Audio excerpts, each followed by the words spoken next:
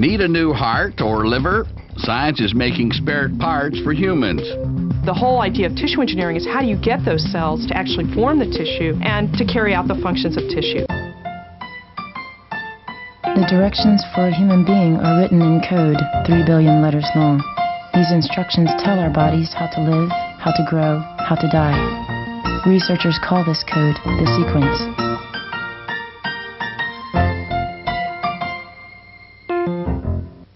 Welcome to Secrets of the Sequence. I'm Lucky Severson. In Greek mythology, Prometheus stole fire from the other gods and gave it to mere mortals. As punishment, he was chained to a rock where every day an eagle came and ate his liver. The striking thing about the story is that his liver always grew back overnight. Well, today, medical researchers are trying to develop that Promethean ability to regenerate kidneys, hearts, intestines, you name it. I'll name it, Lucky, while you get your head out of the mythological clouds. It's called tissue engineering, and it refers to the use of human cells to restore, maintain, or repair human tissue. This may involve skin, muscle, or bone tissue, or it may involve the regeneration of an entire organ, such as the heart, kidney, or yes, the liver. Tissue engineering is not synonymous with genetic engineering, although it may include the use of embryonic stem cells and organ cloning.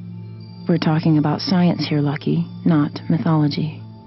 You've got the imagination of a cash register, but thanks for the effort. The promise of tissue engineering is enormous, especially for whole organ replacement.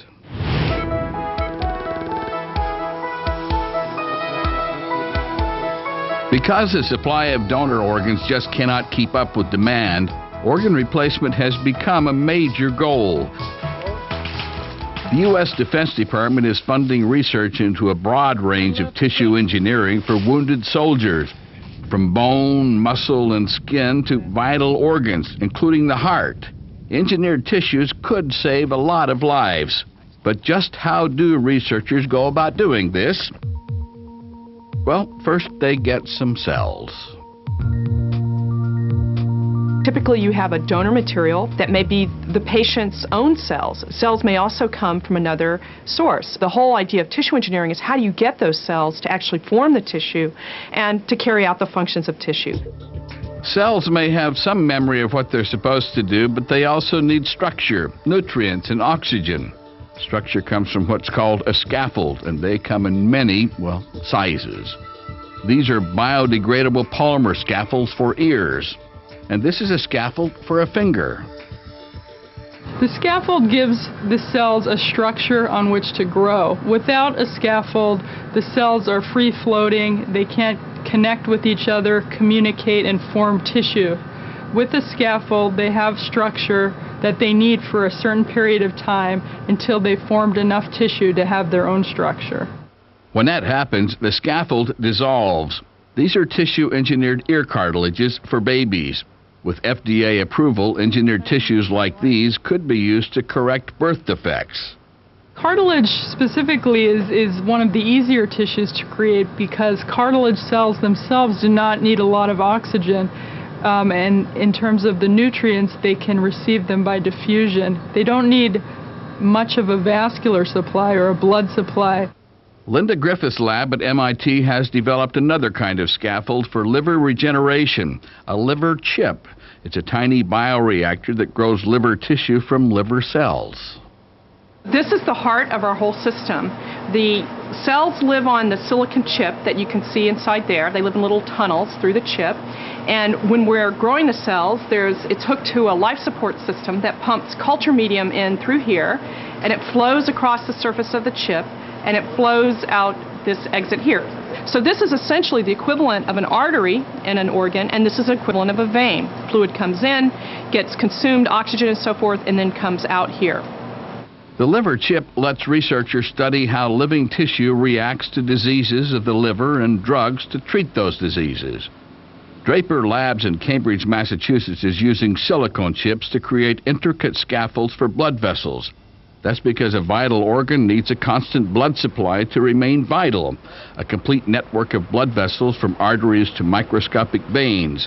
The idea is to engineer a blood supply first and use it to grow a complex organ like a human heart. The ultimate goal of tissue engineering is to replace a structure with a completely living structure that is not biohybrid. Biohybrid means it's part living and part mechanical. Ultimately, the best way to replace a heart is with a heart that's completely living. Tissue engineers try to imitate what nature does to create successful tissues and organs. This experiment involves engineering a kidney. Instead of using artificial scaffolds, these researchers are using nature's own collagen. In this particular instance, what we have done is we have actually taken real tissue, and we have taken all the cells out of the tissue, leaving only the collagen behind, the scaffold, the architecture. And then what we have done is to seed cells back onto the scaffold, so to regenerate the organ, but using the organ's same architecture. Collagen makes up a lot of the connective fiber and architecture of the human body. Although engineered skin, cartilage, and bone have been around for some years, engineering living tissue for organ repair and replacement is still a work in progress. Many researchers and scientists are hoping to use human stem cells in tissue engineering. They can be used to make any tissue in the body. The cells know what to do.